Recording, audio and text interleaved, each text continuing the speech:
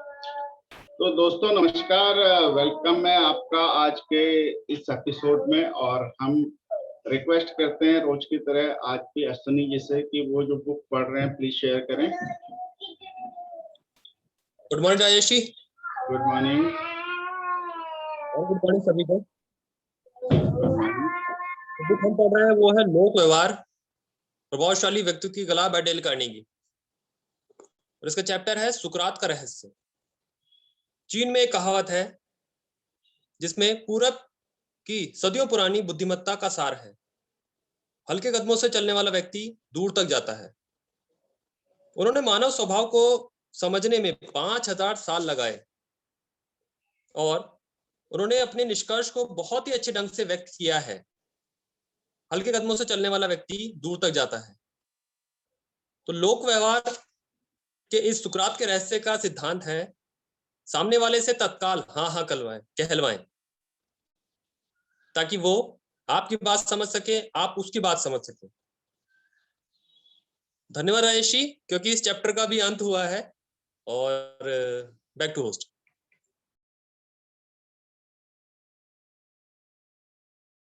बिल्कुल अश्विनी जी, बहुत बढ़िया आपने बुक रीड की, है ना। और कोई कुछ बुक्स वगैरह किसी ने पढ़ी हो, कोई कहना चाहता हो? प्रदीप जी, हाँ प्लीज। प्रदीप जी। जी, सभी को नमस्कार। बिल्कुल सर, एक बुक में पढ़ रहा था, काफी अच्छा इसमें टॉपिक चल रहा था, तो मेरे को लगा कि मेरे को शेयर करना चाहिए इसके बारे में। तो इसका जो है अनुशासन का सिद्धांत, मतलब सबसे इम्पोर्टेंट माना जाता है कि हम आत्म अनुशासन कैसे कर सकते हैं। इसके बारे में कहा है राइटर ने, जिस काम को जब किया जाना जरूरी हो उसे कर डालिए, भले ही आप इसे पसंद करते हो या नहीं। आज तक ना जितने भी बड़े बड़े लोग, मतलब आज तक जितने भी कोई भी चीज हिस्ट्री लिखी गई है, तो उसके लिए आत्म अनुशासन बहुत जरूरी है। तो इन्होंने एक बहुत बढ़िया, मतलब एक छोटा एग्जाम्पल के द्वारा उस चीज को बताया है कि किस तरह से आत्म अनुशासन बहुत ज्यादा जरूरी है। उन्होंने बताया कि एक जापान में एक ओलंपिक प्रतियोगिता हुई थी। तो वो जो उसमें क्या हुआ था कि मतलब ये जिम्नास्टिक्स से संबंधित थी। तो उसमें कुछ टीम के द्वारा मतलब प्रतियोगिता होनी थी। तो क्या हुआ कि जैसे जिम्नास्टिक का जो रहता है, उसमें से एक खिलाड़ी ऐसा था कि जो सबसे मतलब प्रतिभावान था, जो सबसे अच्छा मतलब प्रदर्शन करता था। तो जब उनका प्रदर्शन हुआ, मतलब जब उनकी बारी आई, एक्चुअली में टीम वर्क था। जब उनकी बारी आई तो उन्होंने बड़े अच्छे से जिम्नास्टिक्स किया कि भाई हाथों से पकड़ना, वो कलाइयों से फिर ऊपर जाना, इधर उधर जो भी उनके कर्तव्य हैं, वो सब चीजें वो उन्होंने की, बहुत अच्छे से की। लेकिन जब उनका लास्ट में जो टर्निंग पॉइंट होना था, मतलब होता है कि जब लास्ट में जिम्नास्टिक में कोई भी चीज खत्म होती है, गेम खत्म होने वाला होता है, प्रदर्शन खत्म होता है किसी पर्टिकुलर व्यक्ति का, तो उनको कूद के नीचे की ओर जाना होता है। तो जैसे ही वो जाते हैं ना, तो क्या होता है कि उनका जो एक घुटना होता है वो फ्रैक्चर कर जाता है। तो ऐसे ही ये एक्चुअली में 2 या 3 दिन की प्रतियोगिता होती है। तो अगले दिन भी एक्चुअली में लास्ट डे होता है, और उनका घुटना तो पहले जो खिलाड़ी होते हैं उनका टूट गया होता है। तो लेकिन उनके टीममेट्स वो उनको क्या करते हैं कि एम्बुलेंस में बिठा करके हॉस्पिटल पहुंचा देते हैं। तो उसके बाद क्या होता है कि उनके जो एक्चुअली में उनका रहना प्रदर्शन में बहुत ज्यादा जरूरी था। उनके बिना वो नहीं जीत सकते थे। तो क्या होता है कि उनके टीममेट्स उनके पास जाते हैं, उनको कहते हैं कि अगर आप कल, होता है ना उसमें 10 में से पॉइंट्स मिलते हैं, 10.6, अगर आप 9.6 अगर आप पॉइंट ले आओगे तो आप मतलब हम लोग जीत जाएंगे, स्वर्ण पदक जीत। तो वहां पे वो अपने आप को पहले मजबूत बनाते हैं। उसके बाद में जैसे वो लोग कहते हैं कि हाँ ठीक है, तो जिनकी चोट लगी होती है खिलाड़ी के, वो कहते हैं हाँ ठीक है मैं कोशिश करूंगा, लेकिन उनका घुटना बिल्कुल फ्रैक्चर हो गया होता है। तो उसके बाद जैसे ही अगला दिन आता है तो वो तैयार होते हैं, वो कहते हैं कि हाँ मैं करूंगा। बिल्कुल बहुत अच्छे से प्रदर्शन करते हैं, बिल्कुल जितनी दृढ़ता से उनको करना चाहिए था बहुत अच्छे से प्रदर्शन करते हैं। और जितने भी उनके 3 राउंड्स होते हैं उसको बहुत अच्छे से करते हैं वो। और जैसे ही वो मतलब वो कूदते हैं तो उनको मतलब जैसे ही वो लास्ट उनका होने वाला होता है, जैसे गेम खत्म होने वाला होता है, तो जैसे ही वो कूदते हैं तो मतलब पहले की तरह ही उनका घुटना वैसे ही मतलब थोड़ा सा फ्रैक्चर और मतलब और ज्यादा उनको दुख हो जाता, लेकिन जो उनका रिजल्ट आता है वो बड़ा अच्छा रिजल्ट था। जो 3 बार वो करते हैं उसमें रिजल्ट इस प्रकार से था 9.4, 9.5, 9.5 और 9.8, मतलब उन्होंने पहले से भी बेहतर प्रदर्शन किया था बहुत जबरदस्त तरीके से। तो उसके बाद उनको स्वर्ण पदक भी मिल जाता है। तो इसके लिए इम्पोर्टेंट क्या है, कई बार क्या होता है ना, देखो अब उन्होंने बहुत अच्छा प्रदर्शन किया है ना, तो कई लोग कहते हैं कि हाँ उन्होंने बहुत अच्छा प्रदर्शन किया, लेकिन उसके पीछे जो उनको पेन हुआ, जो उन्होंने पेन महसूस किया, जो उन्होंने कठिन परिश्रम किया होगा, वो सबसे ज्यादा इम्पोर्टेंट है। तो यही हम लोगों को करना है। हम एक बहुत बड़े मतलब खिलाड़ी थे, उन्होंने बताया वो क्या करते थे कि जैसे गोल्फ की बॉल होती है ना, वो क्या करते थे कि रोजाना की 20,000 बॉल की प्रैक्टिस करते थे। लेकिन हम जैसे जैसे हम कहेंगे कि यार कि ये देखो कितनी अच्छी लाइफ है, जैसे अगर हम बात करें अपने उनकी अपने आरपी सर की बात करें, देखो कितनी बोले कितनी अच्छी स्पिरिचुअल लाइफ, मतलब कितनी अच्छी लाइफ है, लेकिन उनके पीछे मेहनत होती है बहुत ज्यादा। तो यही कहना चाह रहा था मैं। और एक चीज बड़ी अच्छी इंपॉर्टेंट इन्होंने बताया है कि अगर हम मैं थोड़ा सा समय, थोड़ा सा 1 मिनट और लूंगा बस। इन्होंने एक बड़ा अच्छा चीज बताई है कि अगर कोई व्यक्ति ना 70 साल की उम्र में है, उम्र तक जीता है, तो उसका जो समय है कहाँ कहाँ बीतता है। इन्होंने बताया कि शिक्षा में जो है ना, शिक्षा एजुकेशन में 3 वर्ष बीतते हैं उसके, मनोरंजन में 8 वर्ष बीतते हैं, ऐसे किसी का इंतजार करने में 6 वर्ष बीत जाते हैं, और काम करने में खाली 11 वर्ष होते हैं, और सोने में अगर देखा जाए तो 24 वर्ष बीत जाते हैं, और बातचीत करने में जैसे हम किसी से संवाद करते हैं उसमें 5 वर्ष बीत जाते हैं। और अगर हम बात करें कि भगवान का ध्यान करने में, इन्होंने बताया कि खाली 6 महीने बीतते हैं, 6 महीने का समय पूरे 70 साल की उम्र में भगवान का ध्यान करने में। तो ये बड़ी अच्छी, हम ये इम्पोर्टेंट होता है कि हम अपना समय कहाँ पे व्यतीत कर रहे हैं, वही हमारा रिजल्ट बताता है। और कुछ इन्होंने बड़ा अच्छा एक चीज और बताई है कि टॉपिक ये है कि सभी अनुशासन, आत्म अनुशासन लोगों की तरह, मतलब इन्होंने बताया कि हमें ना किसी भी चीज में हमें सफल होने के लिए जो कीमत चुकानी पड़ती है, हमें सफल होने के लिए जो कीमत चुकानी पड़ती है वह असफल होने की कीमत से कहीं ज्यादा नहीं होती। मतलब असफल होने पे हमें ज्यादा कीमत चुकानी पड़ती है, तो हमें सफल होने में ही ज्यादा मतलब ये चॉइस हम लोगों की अच्छी है। और एक चीज इन्होंने बड़ा अच्छा बताया कि जैसे कोई भी व्यक्ति है अगर अपना समय को किस तरह से इन्होंने प्रबंधन कर सकता है, थोड़ा सा इसके ऊपर भी इन्होंने बड़ा अच्छा बताया। इन्होंने बताया कि हम सुबह क्या कर सकते हैं कि 15 या 20 मिनट जल्दी उठ सकते हैं, और अपने पढ़ने की कला या कोई भी अपनी प्रतिभा को निखार सकते हैं, अच्छे नोट्स बना सकते हैं, अच्छी आदतें डेवलप कर सकते हैं, मजबूत बन सकते हैं, तेजी से काम करने की आदत डाल सकते हैं, टेलीफोन पे अगर कॉल्स कर रहे हैं तो उनकी कॉल को नियंत्रण कर सकते हैं। और इन्होंने कहा अच्छा बताया, महत्वपूर्ण और कठिन काम पहले निपटाए, मतलब जो भी कठिन काम है ना उसको पहले से निपटाए, छोटे रास्ते तलाशे, अगर कोई किस चीज के जाने के लिए कोई रास्ता है, मतलब छोटा रास्ता अगर हो सकता है तो उसको ढूंढना चाहिए। और कहीं पे भी अगर हम काम कर रहे हैं, सपोज हम थक गए, तो हमें छोटे छोटे ब्रेक्स में उसको करना चाहिए, कई बार ब्रेक लेना चाहिए, थोड़ा सुस्ता कर फिर दोबारा से चलना चाहिए, जैसे राजेश जी हमेशा कहते हैं इस चीज के बारे में। तो यही मेरा बड़ा अच्छा टॉपिक लगा था, तो मैंने थोड़ा सा टाइम ले लिया, और मैं इसी के साथ होस्ट को बुलाना चाहूंगा। Over to the host, thank you. Great Pradeep ji, बहुत बेहतरीन, आपने अच्छा चुनते हैं आप बुक से। प्लीज इस बुक का नाम शेयर करें जो आप पढ़ रहे हैं, ताकि सबको हम बता सकें, वो भी पढ़ सकते हैं। बुक है सर अपनी क्षमताओं को पहचाने।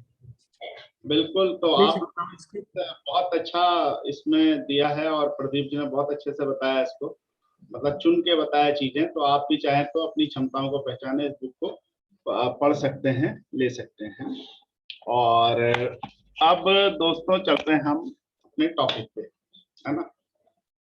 तो सब लोगों ने एक दोहा जो है ना बचपन में पढ़ा होगा, और अक्सर हम इसका हमें मतलब एग्जाम में भी क्या आता है कि हमें बहुत वो आता है, कई बार ये सवाल क्वेश्चन भी एग्जाम में आता था, है ना। आज हमारा टॉपिक रहेगा आलोचना को सहने की शक्ति। यानी अगर कोई हमारी आलोचना करता है तो उसे एक्सेप्ट करना चाहिए, नहीं करना चाहिए, या उससे हम क्या क्या सीख सकते हैं, है ना। तो आलोचना को सहने की शक्ति पे आज हमारा टॉपिक है और हम इस पे चलेंगे आज। तो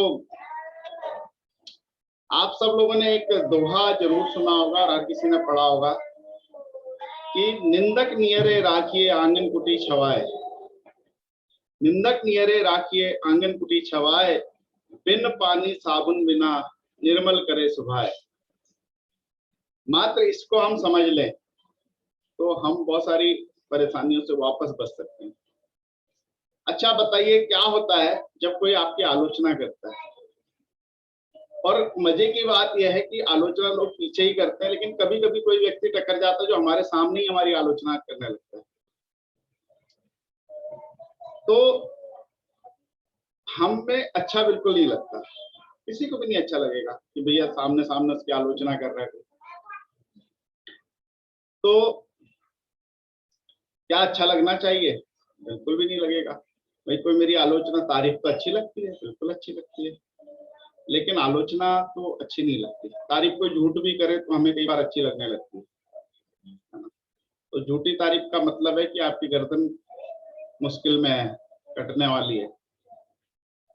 गर्दन कटेगी, जेब कटेगी या कुछ और कटेगा, ठीक है।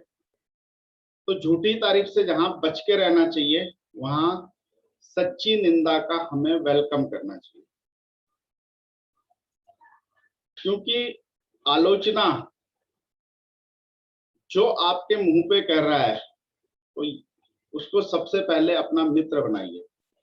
वो आप, हो सकता है आप उसे पसंद ना करें, हो सकता है आपको ये चीज परेशानी का कारण हो, पर उसे मित्र जरूर बनाना चाहिए।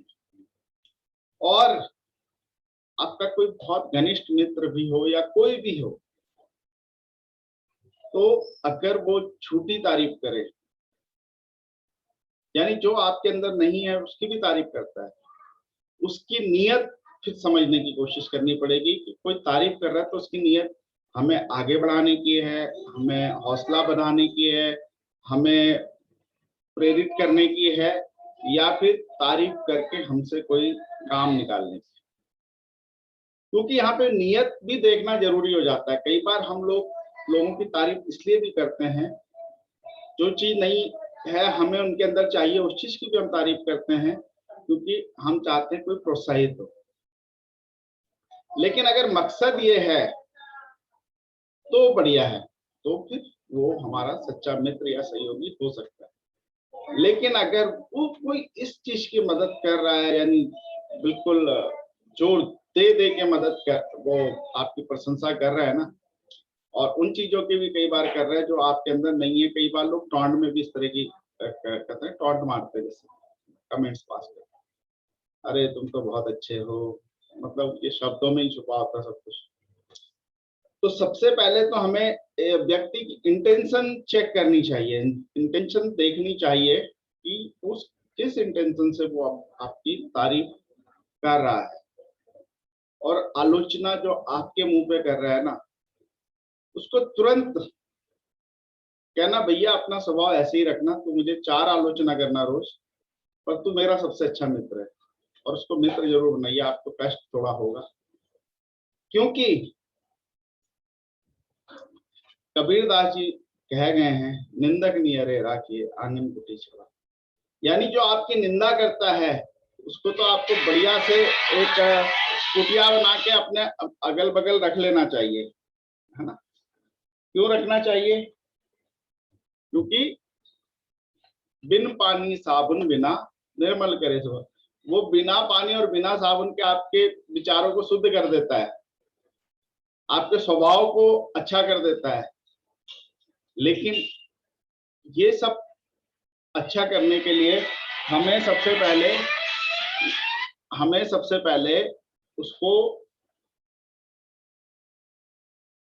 एक्सेप्ट करना पड़ेगा, स्वीकार करना पड़ेगा। आलोचना को स्वीकार करना भी तो पड़ेगा। हम स्वीकार ही नहीं करेंगे तो हम उसको गालियां देंगे, तो थप्पड़ और मार देंगे, कहेंगे मेरी बुराई कर रहे हैं आप पे बैठ के। भैया उसको ढूंढिए जो आपकी पीठ पीछे जाके आपकी बुराई करता है ना, उससे संबंध तोड़िए। जो आपके सामने आपकी बुराई कर रहा है ना, उससे तो संबंध रखिए। क्यों? उसकी बातों पे ऐसा नहीं है हमें किसी को गलत फहमी में आने की, क्योंकि हम जब तक हमें लगता है हम सही है, हम सही काम करते हैं। इसमें देखिए थोड़ा सा अंतर ये होता है कि जब कोई हमारी निंदा करता है और हम उस पर विचार करते हैं, है ना, कपड़े कैसे मुंह उठा के चला, मतलब बहुत सारी ऐसी चीजें हो सकती है। कोई यार तुम तो बहुत कड़ा बोलते हो, है ना, तुम्हारे स्वभाव में ये चीज कमी है ना, तुम्हारे व्यवहार में ये कमी है, तुम्हारी ड्रेसिंग में ये कमी है, तुम्हारे मतलब किसी भी तरह की कोई भी आलोचना, या तुम विषय को नहीं समझते हो, या तुम बोल नहीं पाते हो, तो कई तरह की आलोचना लोग करते हैं, है ना, बहुत तरह की हो सकती है आलोचना। तो कोई अगर आलोचना करता है तो हमें जिस चीज की वो आलोचना कर रहा है उस पर विचार करना चाहिए कि ये आलोचना इसकी ठीक है या नहीं। हमें पहले तो एक्सेप्ट करना पड़ेगा, नहीं इसलिए नहीं कि हम अपने अंदर कमी स्वीकार करें, पर हम उस विषय को एक विश्लेषण के लिए, है ना, एक एनालिसिस के लिए उठाएं और उस पर विचार करें कि क्या यार ये कह रहा है तो ये सत्य भी हो सकता है। और उसके बाद उसमें विचार करके अगर आपको लगता है कि हाँ ये दिक्कत हो सकती है, ये एरिया ऑफ इम्प्रूवमेंट है, या जैसा ये कह रहा है वैसे और लोगों को भी लगता होगा, है ना, तो आप उसका अपना एरिया ऑफ इम्प्रूवमेंट नोट कर सकते हैं, उस पर काम कर सकते हैं, उसको बेहतर कर सकते हैं। अगर हम आलोचना को देख के उसके नाराज होंगे, परेशान होंगे, कल की डेट में कोई हमारे मुंह पे आगे हमारी आलोचना नहीं करेगा और हमें अपनी चीजों को सुधार करने का कभी मौका नहीं मिलेगा। तो आप ये मान के चलिए कि आलोचना को स्वीकार करने की शक्ति अगर हमारे अंदर है तो हम एक बेहतर इंसान बनने की तरफ जा सकते हैं। हम लोग कई बार नाराज हो जाते हैं, गुस्सा हो जाते हैं, और कई बार तो लेकिन अपराध बोध का शिकार कभी नहीं होना। कोई आलोचना करे और आप बोले नहीं यार मेरे तो हर चीज को इस तरह से देखिए, हम एक इंसान है और हमें बेहतर होना है। और कोई अगर हमें आलोचना कर रहा है, अगर हमें लगता है कि हमारे अंदर वो एरिया ऑफ इम्प्रूवमेंट है, तो उसको सहज रूप से करना चाहिए। फिर उसमें ऐसा नहीं कि अपराध बोध में आ जाओ यार कि नहीं मेरे अंदर तो ये कमी है, ऐसा भी नहीं होना। उस चीज को इम्प्रूवमेंट करना है ना, और उसका जो परिणाम होगा ना, उसका जो परिणाम होगा वो इतना जबरदस्त होगा कि आप जो बेहतरी की तरफ हम लोग जाते हैं, जो समय लगाते हैं ना, वो समय नहीं लगेगा, सबसे जल्दी हो जाएगा। तो दोस्तों एक शक्ति ये भी है आलोचना को स्वीकार करने की शक्ति, है ना। तो कल हमने डिस्कस किया था कि स्वीकार करने की शक्ति हमारे अंदर है नहीं। किसी व्यक्ति को, किसी माहौल को, किसी परिवेश को, किसी परिवार के सदस्यों को, फ्रेंड्स को, हमें स्वीकार करने की शक्ति हमारे अंदर होनी ही चाहिए।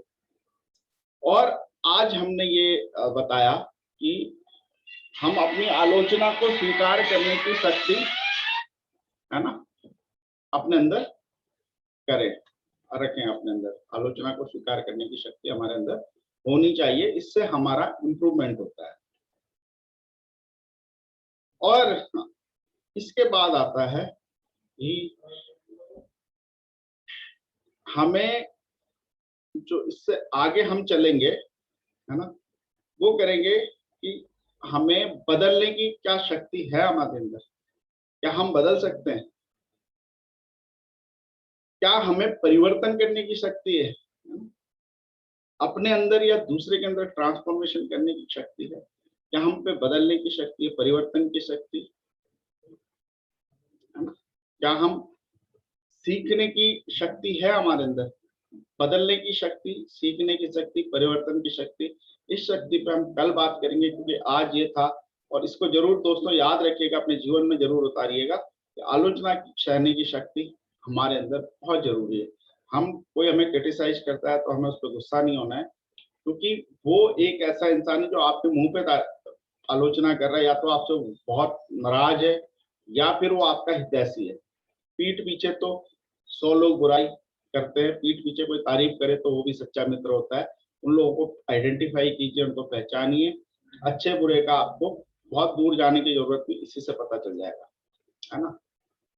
तो दोस्तों, और इसमें एक चीज और बस अपडेट कर दूं मैं आपको कि कई बार हम क्या करते हैं कि थर्ड पर्सन के थ्रू हमें कुछ चीजें पता चलती है ना। जैसे मान लिया कोई ये कह देता है यार वो फलाना आपकी बुराई आलोचना कर रहा था, या वो आपकी आलोचना कर रहा था, ऐसा। तो लोग कई बार हमें लड़ाने का भी प्रयास करते हैं, तो उन सब चीजों से भी हमें सावधान रहना चाहिए कि अगर कोई थर्ड पर्सन बोले कि वो आलोचना कर रहा था, ऐसी चीजों पे ध्यान, कर भी रहा था तो भी ध्यान नहीं देना चाहिए, अगर नहीं कर रहा था तो भी ध्यान नहीं देना चाहिए, है ना।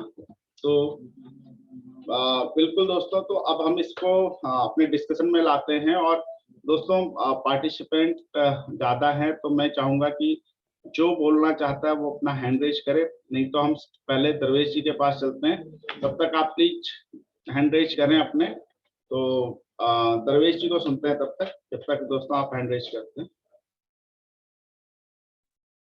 आप सभी लोगों को नमस्कार।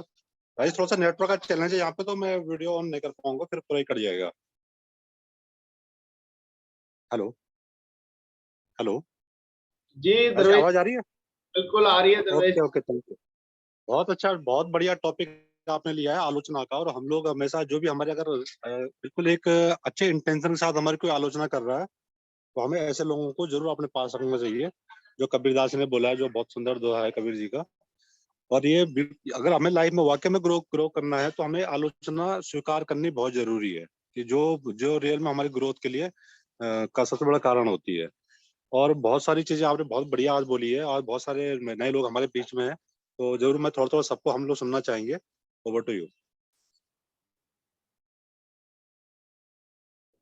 बिल्कुल सर, आपने सही कहा। और बिल्कुल अभी हम बाकी लोगों को भी सुनते हैं। हमारे बीच में एक नई गेस्ट है निशा जी, है ना, तो उनका हम वेलकम करते हैं। अब वो चाहें तो अपने बारे में बता सकती हैं, माइक ऑन कर सकते हैं, और चाहे तो वीडियो भी ऑन कर सकते हैं, नहीं तो कोई बात नहीं, हम फिर फर्दर उन्हें आगे सुनेंगे।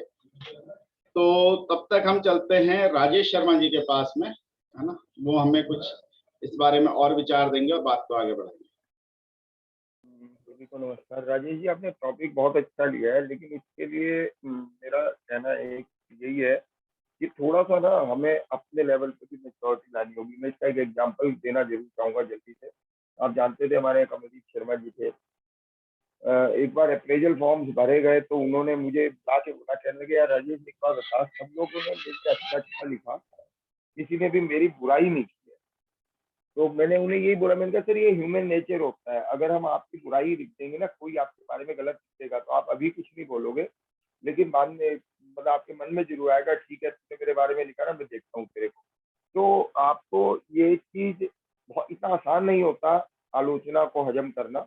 इसके लिए थोड़ा सा आपको भी मैच्योरिटी दिखानी होगी, और ये समझना होगा कि जो सामने वाला आलोचना कर रहा है वो आपकी भलाई के लिए कर रहा है या नहीं। कई बार ऐसा होता है कि हम आलोचना सुन के ना बहुत जल्दी रिएक्ट कर जाते हैं। जैसे हमने सुना होगा ना कि कई लोग जवाब देने के लिए बात को नहीं सुनते, वो रिएक्ट करने के लिए ही सुनते हैं, वो बस सुना और रिएक्ट कर दिया। तो उस चीज को भी हमें थोड़ा सा देखना होगा कि सामने वाला हमारी भलाई के लिए अगर आलोचना करता है, और वो आलोचना नहीं कहूंगा मैं उसे, जब आपकी भलाई के लिए कहा जाता है ना, तो फिर वो आलोचना न होकर एक तरह से आपके लिए एक सजेशन के तौर पे आ जाता है। आलोचना शब्द थोड़ा सा हार्श है, थोड़ा सा टफ है वर्ड, लेकिन अगर आपके बारे में कोई ऐसी बात कह रहा हूँ जिससे मैं आपको लगता है कि नहीं ये मेरे बारे में ठीक कह रहा है और मेरी भलाई के लिए कह रहा है, तो फिर आलोचना न लेके उसे एक सजेशन के तौर पर। जी राइट। बिल्कुल राजेश जी, आपने बहुत अच्छा किया है कि बात अच्छा कहा कि लोग सुझाव भी देते हैं, और हम कई बार सुझाव को से भी बुरा मानते हैं।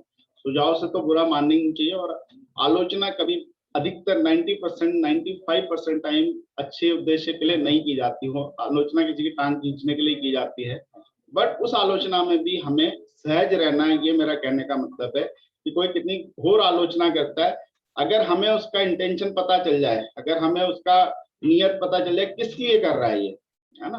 कोई हमारी इंप्रूवमेंट के लिए कोई आलोचना नहीं करेगा, वो सुझाव ही देगा, है ना। और सुझाव भी कई बार इसलिए लोग देते हैं या नहीं देते, कई बार ज्यादा दे देते हैं वो भी हमें आकलन करना जरूरी है। लेकिन आलोचना क्या है कि कभी हमारे बेहतरी के लिए कोई आलोचना नहीं करता, हमारी हमें टांग खींचने के लिए, हमसे ज्वेलस करता है या हमसे कोई चीजों से बहुत ज्यादा नहीं पसंद या इरिटेट करती है उसे, बहुत सारे कारण हो सकते हैं। तो नियत अगर हमने देखा कि टांग खींचने की, लेकिन हमें पहले ये जिस चीज की वो आलोचना कर रहा है वो हमारे अंदर है या नहीं है, हम एनालिसिस करें। नहीं है तो जाने दीजिए, सहज रूप से लीजिए, कहना वेलकम है आपका, आप भी करो आलोचना। दोस्तों मैंने एक काम किया था कि मैंने मेरे ऑफिस में काफी सारे लोग मेरी आलोचना कुछ चीजों के लिए करते थे, बहुत ज्यादा, कई बार इरिटेशन के लेवल तक वो करते थे, पर मैं शांत रहता था, कूल रहता था। पर एक दिन मैंने उन्हीं के तरीके से जवाब दिया। मैं एक कॉपी ले गया, पेन ले गया, बढ़िया सा खरीद के, एक डायरी बढ़िया सी खरीद के ले गया, और सबको मैंने बोला कि आपको मेरे अंदर जो जो कमियां दिखती हैं वो लिखिए। और मजे की बात है 50-60 मेरे ख्याल से 100 एक कमियां लोगों ने मेरी लिखी। मैंने सबसे पूछा, अपने घर से भी पूछा, वाइफ से भी पूछा, बच्चों से भी, सबको पूछा और लिखवाया बाकायदा, ऐसे नहीं कि बोल।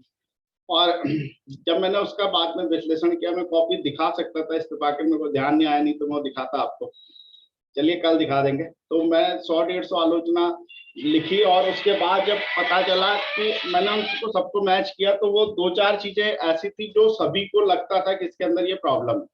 तो मैंने उन सब चीजों को इम्प्रूव किया, आज मेरे अंदर वो कमियां नहीं है। चलिए, वो अपना अपना तरीका हो सकता है ना। तो अभी हम सुनते हैं पहले यंग लीडर को सुनते हैं, इशिका जी को, फिर हम चलेंगे नितिन जी के पास।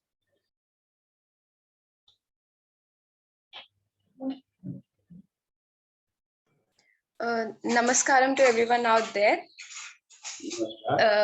सबसे पहले तो लाइक ये जो वर्ड है आलोचना, क्रिटिसिज्म और रिजेक्शन, तो फर्स्ट ऑफ ऑल इस पर्टिकुलर वर्ड को ही इतना मतलब निगेटिव ले लिया गया है। तो thank you so much Rajesh sir ये टॉपिक लेने के लिए, क्योंकि जनरली मतलब इस वर्ल्ड पे इसलिए भी ध्यान नहीं देते क्योंकि ये हमें थोड़ा सा मतलब पहले से ही हमने ऐसा माइंड बना रखा है कि। तो थैंक यू राजेश सर ये टॉपिक लेने के लिए, और बहुत बहुत अच्छा सब बता रहे हैं अभी तक। तो जैसे एक वो चीज होती है कि लाइक ये रिजेक्शन या फिर आलोचना जो भी है तो मेक्स अस स्ट्रॉन्गर। तो शायद एक मिनट मैम, आपकी आवाज थोड़ा माइक ठीक कर लीजिए प्लीज। ठीक है सर, हाँ, am I audible? ओके।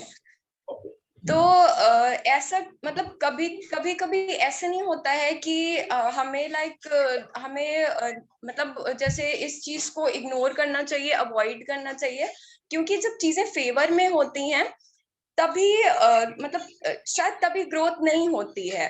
जब चीजें थोड़ा सा हमारे फेवर में नहीं होती हैं तो एक जब चेंजेस होते हैं तभी ग्रोथ होती है। तो एक चीज बहुत अच्छी आपने बोली थी कि हमें रिजेक्शन जो है वो थोड़ा कॉन्शियसली लेने चाहिए। अगर रिजेक्शन या फिर क्रिटिसिज्म जो भी है वो अगर हम कॉन्शियसली लेंगे पहले हम मतलब उस चीज को, तब हो सकता है कि वो चीजें हम चेंज करके ग्रो करेंगे। उसके लिए आपने एग्जाम्पल जो लास्ट में दिया जो आपने किया था वो बहुत अच्छा था। और एक वही चीज होती है सर, जैसे बिहेवियर होता है ना, तो वो मतलब हम खुद डिसाइड नहीं करेंगे, वो 4 लोग ही डिसाइड करेंगे। तो उसको कॉन्शियसली लेना चाहिए। एक वर्ड सर है जैसे एक ये जो फियर होता है, फियर ऑफ रिजेक्शन या फियर ऑफ क्रिटिसिज्म, ये आता है सेल्फ एस्टीम से। तो आई वांट कि इसके ऊपर आप थोड़ा सा मतलब इलैबोरेट करें, आई रियली वांट, क्योंकि फियर ऑफ रिजेक्शन या फिर फियर ऑफ क्रिटिसिज्म की वजह से बहुत ग्रोथ नहीं हो पाती है, क्योंकि हमने पहले ही उस चीज को मतलब एक फियर की तरीके से ले लिया है, तो उसकी वजह से हम आगे बढ़ ही नहीं पाते हैं। तो इसको इलैबोरेट करिए सर। बाकी thank you so much for this discussion and बिल्कुल इशिका जी, थैंक यू। आप यंग हैं और आपके यंग लोगों के विचार क्रांतिकारी होते हैं, बिल्कुल अप्रिशिएटेबल है। बिल्कुल, रिजेक्शन देखिए अलग है, रिजेक्शन वो हम उस पर बात करेंगे, फियर ऑफ रिजेक्शन क्या होता है, ये बहुत बड़ी समस्या है इस दुनिया की। फियर ऑफ रिजेक्शन के कारण प्रतिभाएं अपना दम तोड़ देती हैं। तो फियर ऑफ रिजेक्शन पे बाद में, लेकिन आलोचना ये है कि कोई हमारी क्रिटिसाइज कर रहा है, अगर हम वापस उसको ना रिएक्ट करेंगे तो बात बढ़ती बहस में तब्दील होगी, कोई लाभ नहीं होने वाला। तो हम क्यों ना खुद ही कंसीडर करें हमारे अंदर है या नहीं है, नहीं है तो जाने दें, और है तो इम्प्रूव करें। बहुत बढ़िया है। और बिल्कुल अगर बोला गया है महापुरुषों के द्वारा कि निंदक नियरे राखिए आंगन कुटी चवाए, तो फिर कुछ ना कुछ तो उसमें बात होगी। तो अपनी आलोचना को सहज रूप से लेने की हमें पावर आनी चाहिए, नहीं तो हम लड़ते ही रहेंगे। अपना कितना सामान, जैसे अभी प्रदीप जी बोल रहे थे इतने साल हमने इसमें, तो क्या उन्होंने अभी ये नहीं बता पाए वो आलोचना में हम कितने साल खराब कर देते अपने जीवन के। तो अगर वो कैलकुलेशन आएगा तो 10 साल तो निकलेंगे पक्का। ठीक है, तो उससे बचना है हमें, वो उसको कम करना, 6 महीने से भी कम करना है उसे, धीरे धीरे लाके। ठीक है ना? ठीक है, तो नितिन जी। नमस्कार सर। नमस्कार। खैर बहुत ही अच्छा टॉपिक आपने आज लिया, आलोचना। और इसमें मैं ये कहना चाहूंगा कि हम लोग कई बार ऐसा होता है कि अगर कोई हमारी आलोचना कर रहा है तो या तो हम उससे बचते हैं या फिर हम उस पर ध्यान नहीं देते हैं। मतलब अगर कोई सही आदमी भी है, अगर वो हमारी आलोचना कर, मैंने पॉइंट्स भी नोट करे हैं खैर आज आपने जो सारी चीजें डिस्कस करी है, तो ये बहुत अच्छा है कि अगर कोई हमारे मुंह पे हमारी आलोचना कर रहा है, हमारे सामने हमारी आलोचना भी कहे या फिर उसको हम सजेशन भी कह सकते हैं, अभी राजेश जी ने बोला सजेशन भी हो सकता है वो, अगर कोई हमारे सामने सजेशन दे रहा है हमें, तो हमें उसको एक्सेप्ट करना चाहिए। और आपका जो एग्जाम्पल था रियली में बहुत अच्छा एग्जाम्पल आपने दिया। एग्जाम्पल क्या, आपने तो करके दिखाया वो चीजें कि अगर कोई आपके बारे में बुरी चीजें बोल रहा है तो आप उन्हें प्लीज लिखें, उन पे सोचें, उन पे समझें, उन पे मंथन करें और उनको फिर सुधारने की कोशिश करें। लेकिन अगर कोई पीठ पीछे आपको पता चल रहा है कि वो इंसान मेरे पीठ पीछे मेरे बारे में ऐसी ऐसी बातें कर रहा है, तो प्लीज उनसे दूर रहे। ये चीजें तो खैर मुझे पता थी कि उन आदमी से दूर रहना चाहिए, लेकिन अगर हाँ जो सामने कर रहा था तो हम उनसे भी दूर रहते थे। हम उन्हें भी कहते थे यार ये बुरा आदमी है, ये हमें मुंह पे ही हमारे सामने बुरा ही कर रहा है। लेकिन नहीं, ऐसा नहीं है। वो जो सामने हमारे के सामने जो हमें सजेशन दे रहा है वो एक टाइप का सजेशन ही है। अगर वो बुराई कर रहा है तो हमें उसे एक्सेप्ट करना चाहिए और उन बातों को सोचना चाहिए, समझना चाहिए, और तब जाके हमें उन पे मंथन करके फिर डिसीजन लेना चाहिए कि हाँ ये हमारे बदलाव वर्ग के कारण बन सकते हैं। क्योंकि कई बार ऐसा होता है सर, ये जो हमारे मुंह पे जो हमें बोलते हैं ना, ये हमें कुछ ना कुछ करने के लिए प्रेरित करते हैं, ये हमें अपने टारगेट के प्रति चढ़ने के लिए प्रेरित करते हैं। यार इसने बोला है ना, तो अब तो जरूर करके दिखाऊंगा। अगर ये मेरे वहां सारे, कई बार ऐसा होता है, मैं अभी बिजनेस कर रहा हूँ तो बोलते हैं अरे देख लेंगे जब आप बनेंगे, जब आप कुछ बनेंगे तो हम तब स्टार्ट करेंगे। वो हुआ तो एक तरीके का टोन हुआ, बट उसने हमें प्रेरित किया कि नहीं यार अब इसलिए करना है। तो मैं इसको थोड़ा सा बिजनेस से रिलेट करना चाहूंगा कि हम जब बिजनेस स्टार्ट करते हैं तो हम सबसे पहले अपने रिश्तेदारों, रिलेटिव्स के पास या फ्रेंड्स के पास जाते हैं और उनसे हम प्लान शेयर करते हैं। तो वो हमारे सामने कहेंगे यार ये तो इतना बेकार बिजनेस है, ये वो है, सामने बोलेंगे कोई दिक्कत नहीं है, बट वो हमें प्रेरित करते हैं कि हाँ अब अगर इसने मना किया है तो मैं इसको प्रूफ करके दिखाऊंगा कि हाँ मैं कुछ कर सकता हूँ। So thank you Rajesh ji, मैं अभी इतना ही बोलना चाहूंगा। बाकी मैं सीख रहा हूँ सारी चीजें और आप बहुत अच्छे से बता रहे हैं, एक्सप्लेन कर रहे हैं, तो मैं नोट्स भी कर रहा हूँ सारी चीजें। Thank you sir. Thank you Nitin ji, आपने बहुत अच्छा बोला कि अगर कोई हमारे मुंह पे आलोचना कर रहा है तो उसे वो किस भी नियत से कर रहा हो, उसे हम एज ए सलाह और प्रेरणा की तरह लें, सारी कहानी खत्म हो जाएगी। अब वो आलोचना किसी भी दृष्टिकोण से, किसी भी नियत से कर रहा हो, हम उसे सलाह की तरह लें। अच्छी सलाह है तो एक्सेप्ट करें, नहीं तो रिजेक्ट करें, या फिर हम उसे प्रेरणा की तरह लें कि अब तूने ऐसा कहा तो अब तुम्हें करके। और बहुत सारे लोग ऐसा करते हैं और जिद में कर भी जाते हैं, है ना, सक्सेस भी हो जाते हैं। संगीता बंगवाल जी, अगर आप कंफर्टेबल हैं तो प्लीज।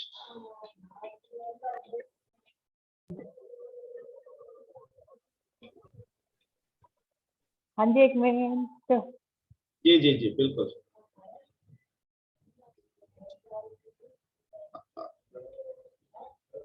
संगीता जी आप अपना माइक थोड़ा सा ठीक कर लीजिए, मैं दोबारा आता हूँ आपके पास, तब तक चलते हैं हम रश्मि जी के पास। रश्मि जी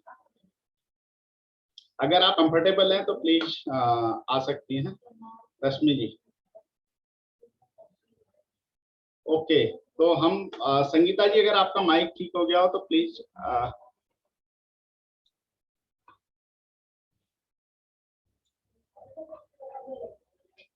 ओके, तो रविंदर जी से हम रिक्वेस्ट करेंगे प्लीज अगर आप कुछ कहना चाहें।